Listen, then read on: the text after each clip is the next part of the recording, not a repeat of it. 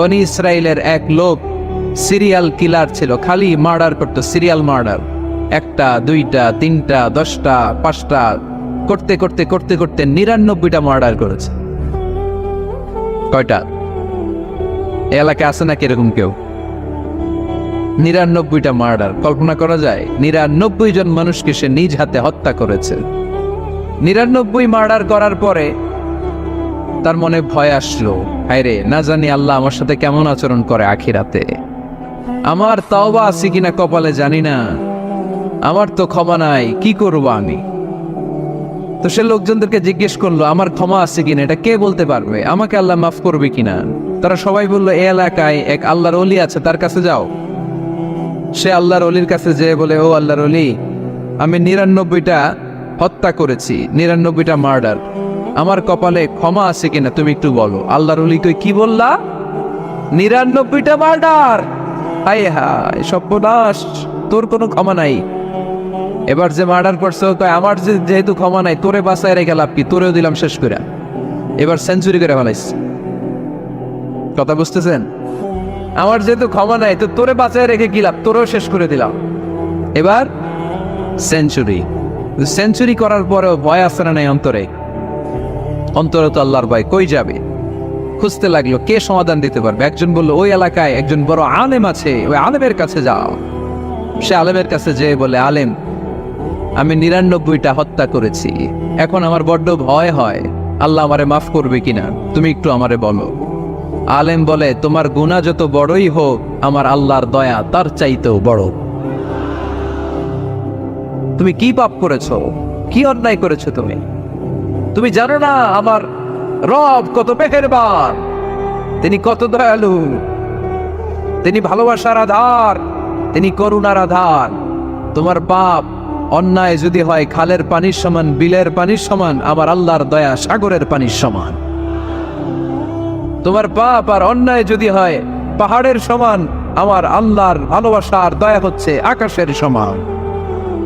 তুমি যদি তওবার মতো তওবা করতে পারো, ক্ষমার মতো ক্ষমা চাইতে পারো, চোখের পানি ছেড়ে, চোখের পানির বড় দাম, চোখের পানির মধ্যে বিশাল কারিশমা, এটা আল্লাহ খুব পছন্দ করে। 2 ফোঁটা পানি আল্লাহ পছন্দ করে। এক, জিহাদের ময়দানে শহীদের গা বেয়ে ঝরে পড়া রক্তের ফোঁটা। 2 হচ্ছে অনুতপ্ত বান্দার চোখের পানির ফোঁটা। বান্দা যখন অনুতপ্ত হয়ে চোখের পানি ছেড়ে কাঁদে, তার চোখের পানি চোখ বেয়ে নাকের ডগা বেয়ে মাটিতে পড়ার আগেই ওই অনুতপ্ত বান্দার সব গুনাহ আল্লাহ মাফ করে দেয়। সে জিজ্ঞেস করলো, আমার ক্ষমা আছে কিনা? আলেম বলে, আছে, ক্ষমা আছে।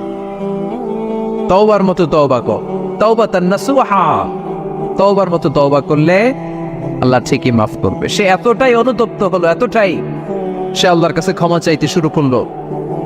আলেম পরামর্শ দিলে, তুমি যে এলাকায় থাকো এলাকাটা ভালো না, এলাকাটা ছাড়ো, এখানে সব ডাকাতদের এলাকা, তুমি একটা ভালো এলাকায় যাও, ওখানে যে তওবা করে ভালো মানুষ হয়ে যাও। সে নিয়ত করে কাপড় চোপড় গুছিয়ে ভালো এলাকায় যাবে। ঘর থেকে বেরোয়ার সাথে সাথেই মালাকুল মউত চলে আসছে, তার রুহু কবজ করে ফেলছে। এখন রুহু কে নিয়ে যাবে? ফাজাত মালাইকাতুর রাহমা ওয়া মালাইকাতুল আযাব, রহমতের ফেরেশতারাও আসছে, আযাবের ফেরেশতারাও আসছে। রহমতের ফেরেশতারা বলে, না না, সে তওবার নিয়ত করেছে, যদিও তওবা করতে পারে নাই, যদিও ভালো এলাকায় যেতে পারে নাই, তওবার নিয়ত করেছে, অনুতপ্ত হয়েছে, ক্ষমা চাওয়ার চিন্তা করেছে, আমরা তার রূহ নিয়ে ইল্লিনে রেখে দেব। আযাবের ফেরেশতারা বলে, না না, 99টা হত্যা করার পরে আরো একটা হত্যা করে সেঞ্চুরি করেছে, এখনো তো ভালোভাবে তওবা করতে পারে নাই, তার রূহটা নিয়ে আমরা সিজ্জিনের ভেতরে ঢুকায়ে দেব। 2 দল ফেরেশতার মারামারি, এ বলে আমরা নিব, এ বলে আমরা নিব, ঝগড়া আছে না নাই? আল্লাহ বললেন, রাখো রাখো, ঝগড়ার দরকার নেই। এক কাজ করো, যেখানে মারা গিয়েছে ওইখান থেকে ফিতা দিয়ে মাপতে শুরু করো। ভালো এলাকাটা যদি কাছে হয় জান্নাতের ফেরেশতারা নেবে, খারাপ এলাকা যদি কাছে হয় জাহান্নামের ফেরেশতারা নেবে। খারাপ এলাকা তো একেবারেই কাছে, ঘর থেকে বেরোয়ার সাথে সাথে মৃত্যু হয়েছে, আর ভালো এলাকা তো অনেক দূর। আল্লাহ জামিনটারে আদেশ দিলেন, জামিন, এই অনুতপ্ত বান্দার জন্য তুই ভালো এলাকাটা কাছে চলে আয়, ভালো এলাকাটার জামিনটা তুই সংকুচিত হয়ে যা। যদিও ঘর থেকে বের হয়েছে একেবারে কাছে, খারাপ এলাকা হাজার হাজার মাইল দূরে চলে যা। ফিতা দিয়ে মাপ দিয়ে দেখে, সর্বনাশ, ভালো এলাকাটা তো একেবারেই কাছে, খারাপ এলাকাটা অনেক দূরে। আল্লাহর ফয়সালা অনুযায়ী রহমতের ফেরেশতারা তার প্রভুকে নিয়ে জান্নাতের ভেতরে ঢুকিয়ে দিয়েছে। 99টা হত্যা করার পরে আরো একটা হত্যা করে সেঞ্চুরি, 100টা খুন করছে। আপনি কয়টা করছেন? আমি কয়টা করছি? তো 100টা খুন করে যদি ও মাফ পেতে পারে আমার আল্লাহর কাছ থেকে, আমরা কি ক্ষমা পেতে পারি না? ওর পাপের কাছে আমাদের পাপ কি? কয় ওয়াক্ত নামাজ ছাড়ছেন আপনি? কয়টা মিথ্যা কথা বলছেন? কতবার ঘুষ খাইছেন? কত টাকা সুদে লাগাইছেন?